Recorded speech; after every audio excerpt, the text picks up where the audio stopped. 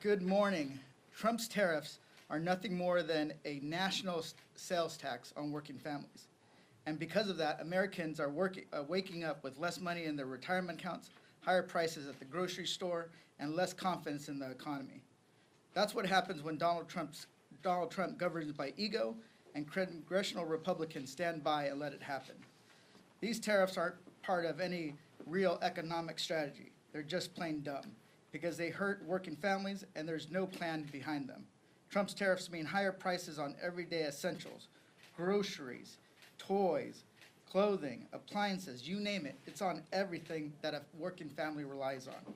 In LA, we're still recovering from the devastating wildfires and facing a deepening housing crisis. And you'll hear from my colleagues today, and they will share how these tariffs are hurting families in their own communities. Trump's tariffs will also make it more expensive to build and repair homes.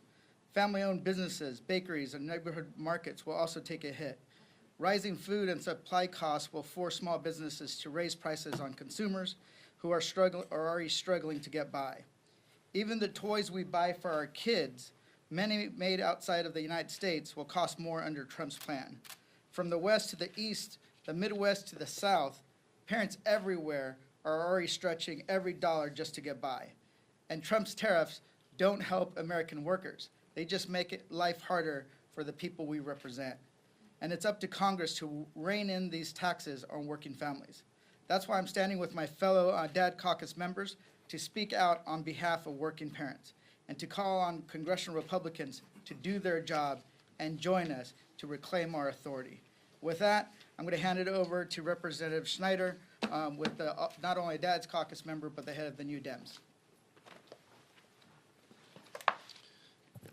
Thank you, Jimmy, and thank you for your leadership in bringing us together as dads.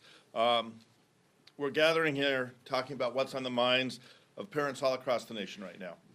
How they'll make sure they can keep a roof over their heads, put food on the table, save for their kids' future, as well as even their own retirement, and even how they'll care for their own parents as they begin to age. For families, Trump's trade war and his tariff tax are a five-alarm fire. Parents right now are already facing huge costs as they raise their kids with the crazy price of child care, expensive groceries, and skyrocketing college tuition. Instead of looking seriously at solutions that can help hardworking families not just get by, but get ahead, Trump is hitting them with a massive, probably the most extensive tax in U.S. history. The Yale Budget Lab estimates that Trump's tariffs will cost the average American family $3,800, almost $4,000. For many families, that's more than they make in an entire month. That's money they're relying on to pay for school supplies, lunches, daycare, birthday presents, afternoon snacks, and maybe even a trip to see their grandparents. Many of us up here right now know it's expensive to raise a kid. Well, Trump's tariff tax is going to make it much more expensive to raise those children. Toys, car seats, cribs, onesies, baby shoes, high chairs, everything you see on this table, we can expect to see the prices rise for all of the essential and already expensive goods. Diapers, we all know infants go through 7 to 10 diapers in a day. Trump just added a tax, a daily tax on diapers. American families deserve relief, but instead they're heading to the store in a panic to stock up on these supplies before the prices go up. Our Republican colleagues here in the House could put a stop to this today. They could stop it tomorrow. They could stand up and confront their president from unilaterally setting fire to our economy and creating what is certainly likely to be a self-inflicted recession. I join my colleagues in calling on Speaker Johnson to bring legislation to the floor that restores Congress's authority, constitutionally mandated trade authority, and puts the people back in the driver's seat. And it's now my privilege to turn over to my colleague, Representative Figures.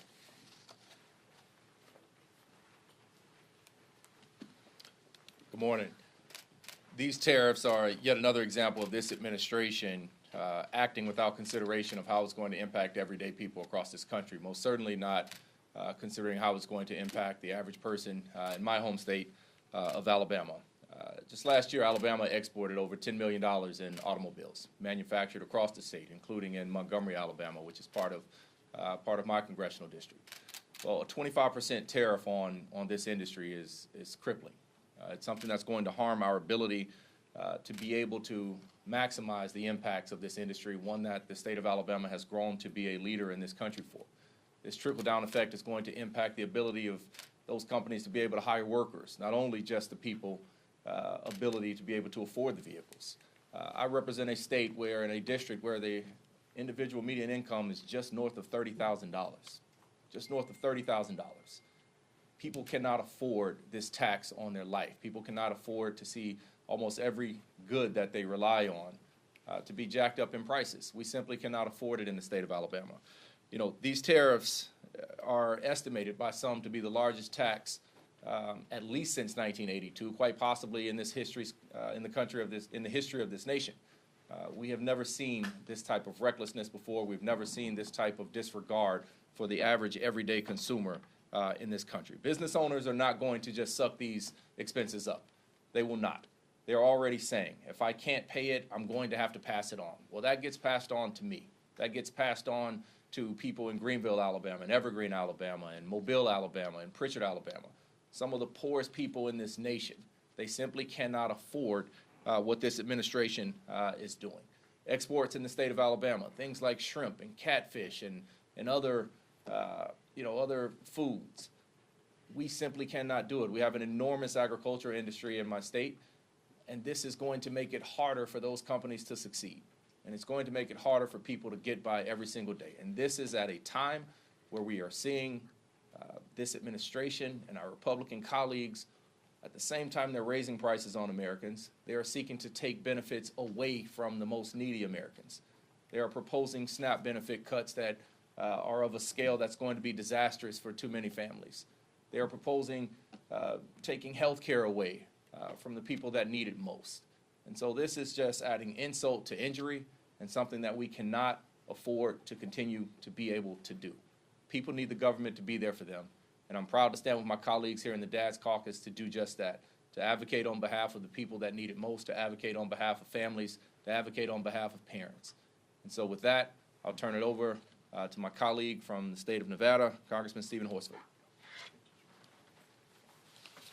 Well, good morning. It's an honor to be here with my colleagues from the Dads Caucus. I want to thank Congressman Jimmy Gomez, also on the Ways and Means Committee, because we're just trying to bring attention to a very simple but true fact, and that is life is already too expensive for families, and dads are bearing a part of that brunt as well.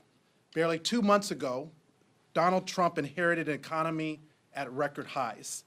Back then, our allies still considered us friends, our trading partners still considered us trustworthy, and working families still had confidence in the future they were building for themselves and their loved ones. We're here right now, barely 2 months later, because none of that is true anymore.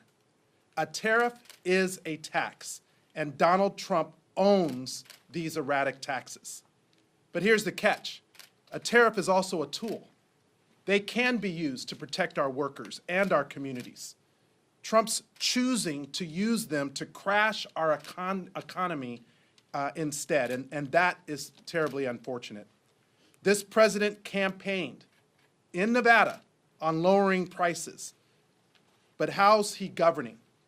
Groceries cost more, appliances will cost more, cars will cost more, clothing will cost more, and there are open discussions about a looming recession that wasn't even on the horizon when we started this year. There are studies that show that Trump's tariffs will cost the American family an average of about $3,800 in lost purchasing power each year.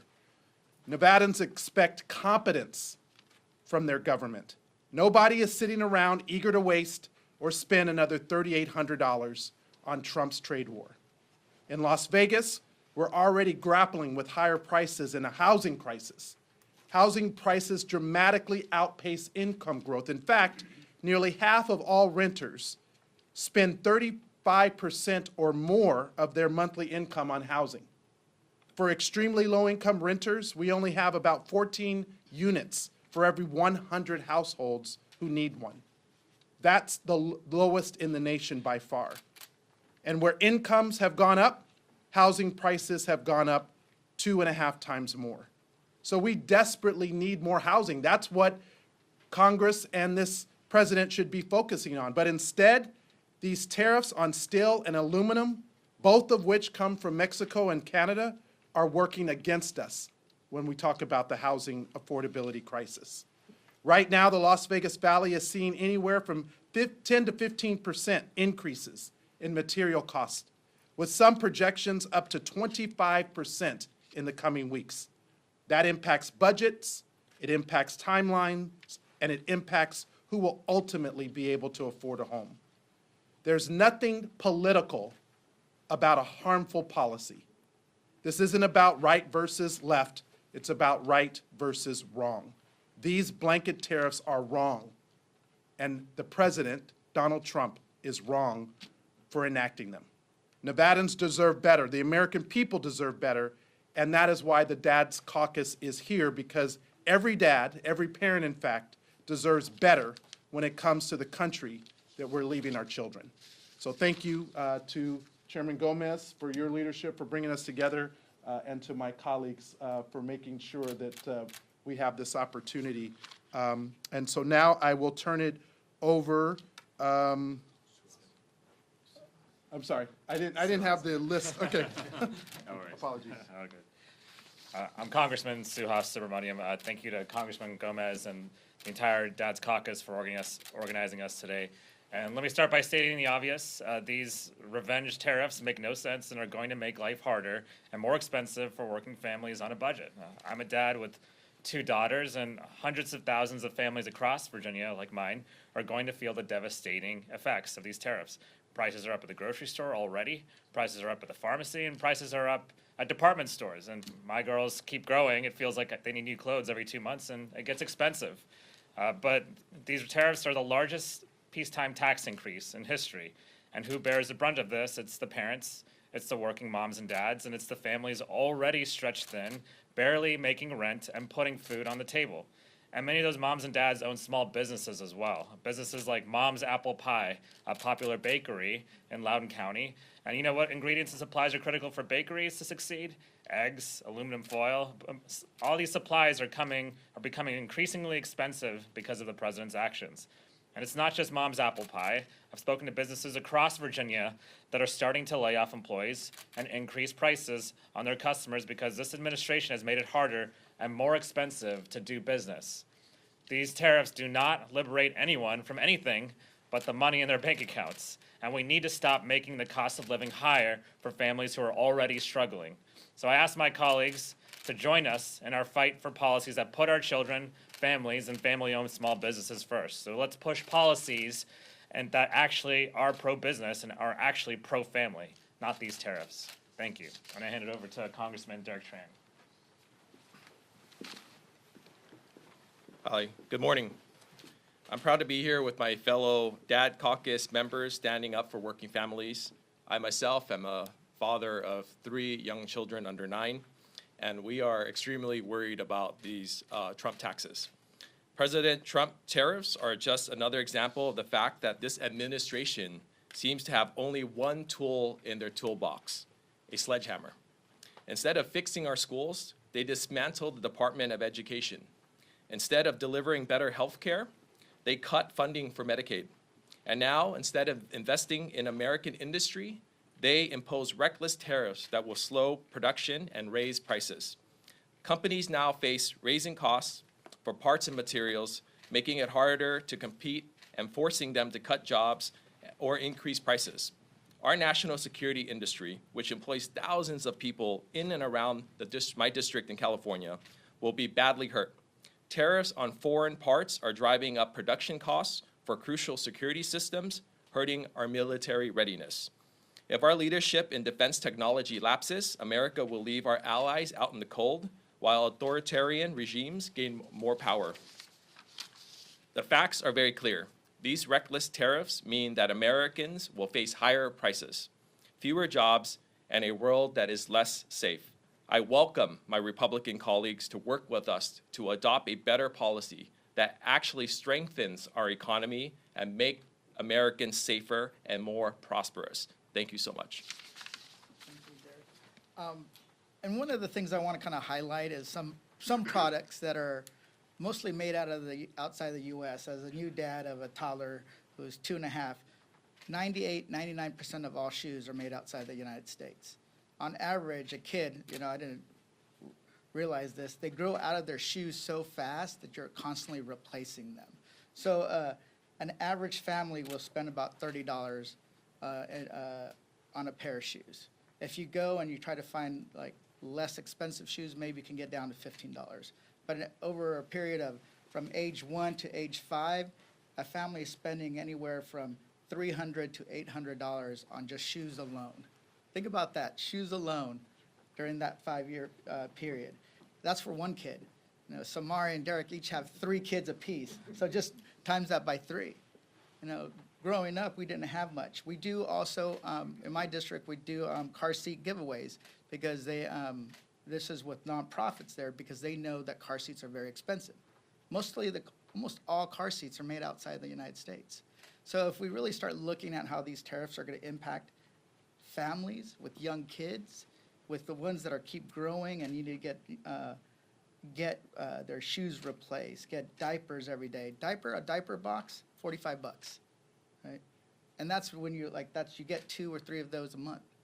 So it's just going to get more and more expensive, and that's why we're here to talk about it. Also, coffee. Man, parents are going to be very cranky if they don't get their morning coffee. So this is what the real concern. And then what happens is people pull back, they exchange more expensive products for less expensive products, or they cut it out completely. You see revenue decline in small businesses. Those revenues that decline, you're going to have to, then those owners are going to have to decide, hey, do I pull back on hours, raise prices, or cut jobs or positions altogether? That's how we end up in a recession. And that's why we're here to really kind of emphasize that, because it's going to fall mainly disproportionately on people on the lower end of the economic ladder. So with that, if there's any questions to any member, go ahead. To Congressman Horsford specifically, your district and your state relies very heavily on tourism, especially around the Las Vegas area. I was wondering if you could talk about what the recession back in the early 2000s looked like for a state that relies so heavily on tourism. Well, thank you for bringing that up. A couple of things, in fact, last week I met with the head of travel and tourism for Southern Nevada and all the major properties to talk about the impact of the tariffs, but also this administration's erratic policies on immigration, specifically around visas.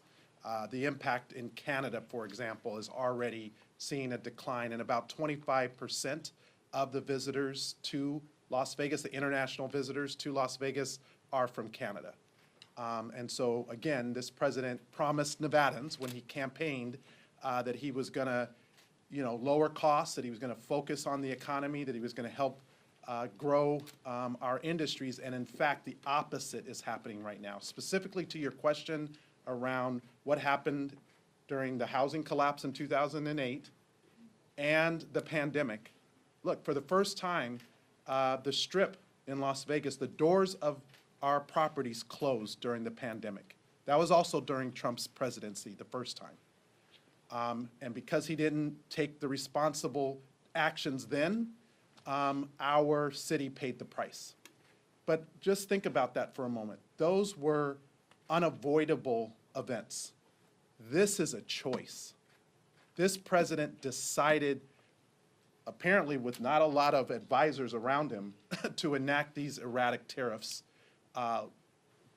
misrepresent the trade war with certain countries, including our closest trading partners, Mexico and Canada. And because of that, Americans are going to pay the price. So yes, we are extremely concerned about how this will affect travel and tourism at a time when we thought we were back after the pandemic. I talk to hospitality workers all the time. So now they are worried if we go into a recession, will people stop traveling? And our city is known to be a place where people go even when there is a recession, but not if they can't afford basics like diapers, shoes for their kids, the basics. If they don't have that, there's no trip to Las Vegas. Thanks, Mr. Gomez. Speaker Johnson has made clear as recently as yesterday that he supports Trump's policy. He trusts him to play this out over the course of the long game. And with that in mind, he's not going to put anything on the floor that would restore Congress's authority over trade and tariffs. There are Republicans, however, who support your position in the House and the Senate. Wondering if you were in discussions with any of them about forcing a vote via discharge petition or some other gimmick. We've seen those get Yeah. 218 signatures recently. Yeah, I think there are discussions, but one of the things we want to do is continue the pressure, because a lot of them are still not feeling the pressure from the constituents that they need to feel in order to vote their conscience and their districts against the Trump administration. So we're going to keep forcing this as an issue, and I think there are plans to have a vote on this, but it has to kind of percolate for a little bit. And as long as Trump keeps these tariffs in place, I think it's going to be, we're going to get more and more support. He announced an additional 50% tariffs on China if they don't respond by tomorrow. Well, there are some tariffs that have already been in place since his first term, and that Biden increased a little bit. You're going to see those probably go up to 200%. Think about it, 200% tariffs on some goods. So this is going to be, it's going to get really ugly and messy. And in my interpretation, being on two of the committees I'm on, China has been preparing for this trade war since the last Trump administration. They're not, and also, nations don't make decisions solely based on economics. They base it also on national pride. So people don't like to be bullied. Even our neighbors from the north don't like to be bullied. So we're going to keep up the pressure on the Republicans to get more. Because right now, I'm pretty sure if one of them speaks up, it's for political purposes, and they'll get slapped back into place by Trump or Elon Musk pretty quickly. So there's a safety in numbers, so it can't be one or two. It has to be at least a dozen for them to hold strong. Do you want to add something? Thank you. So Representative Gomez and I serve on Ways and Means, which has jurisdiction over trade. And it is not in a recent event that Congress ceded its authority to the administration on trade. It's something that's been happening across time, but it's something we need to bring back.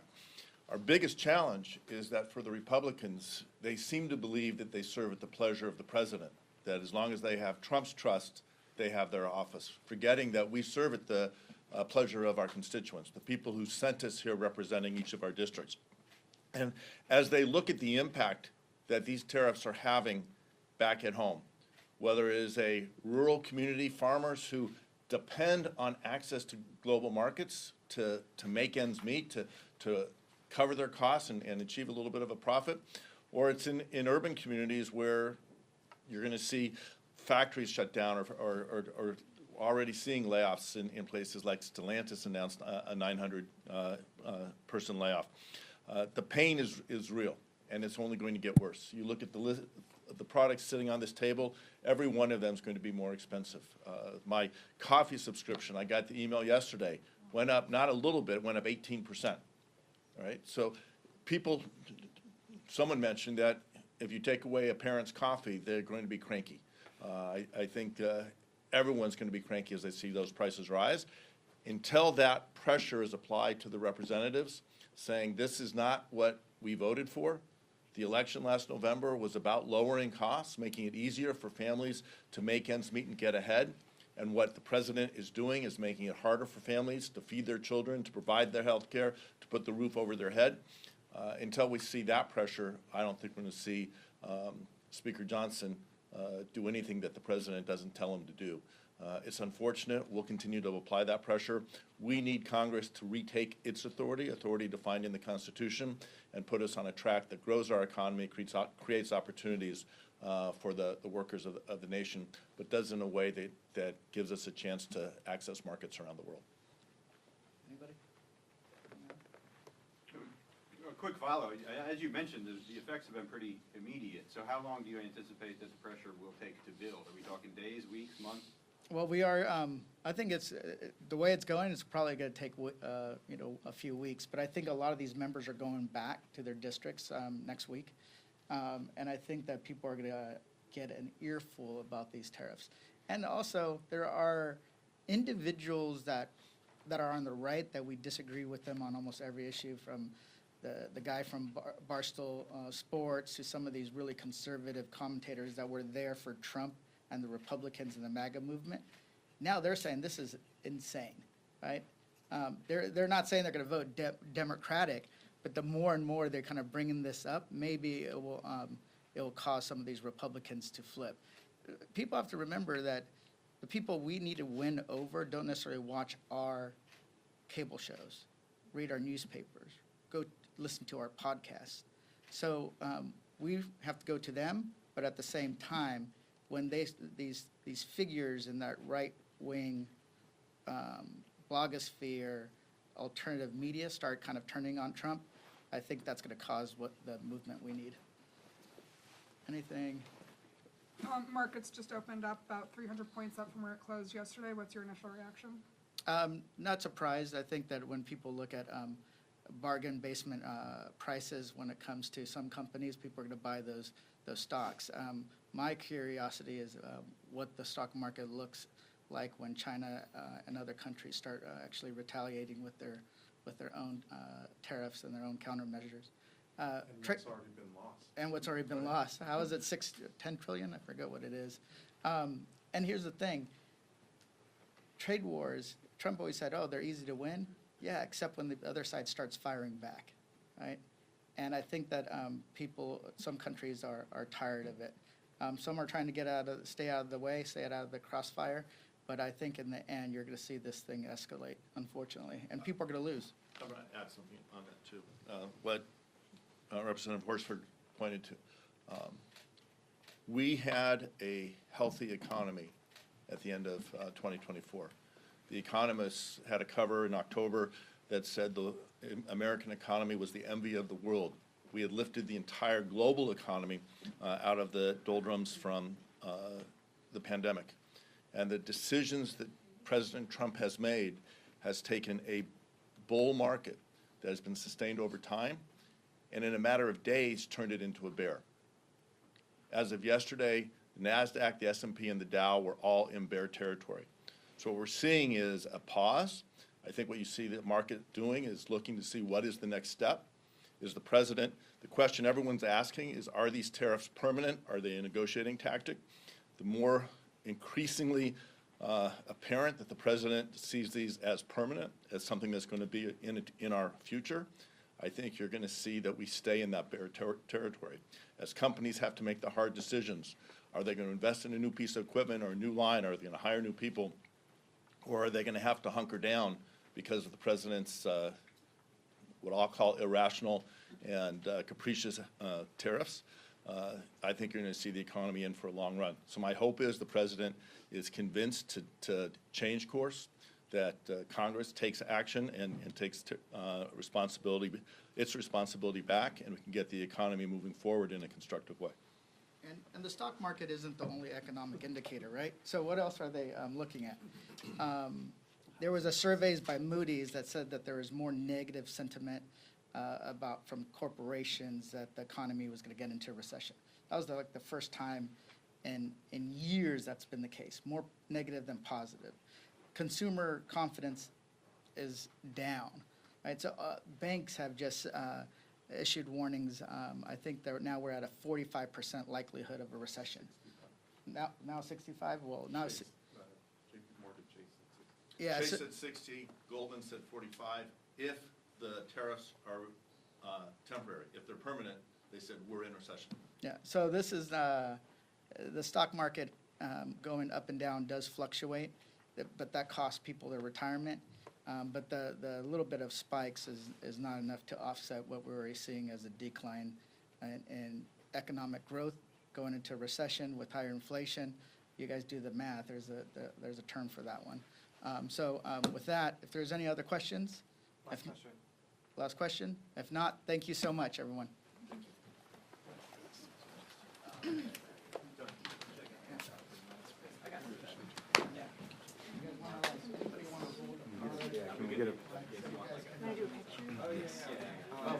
We'll do a photo with all the members.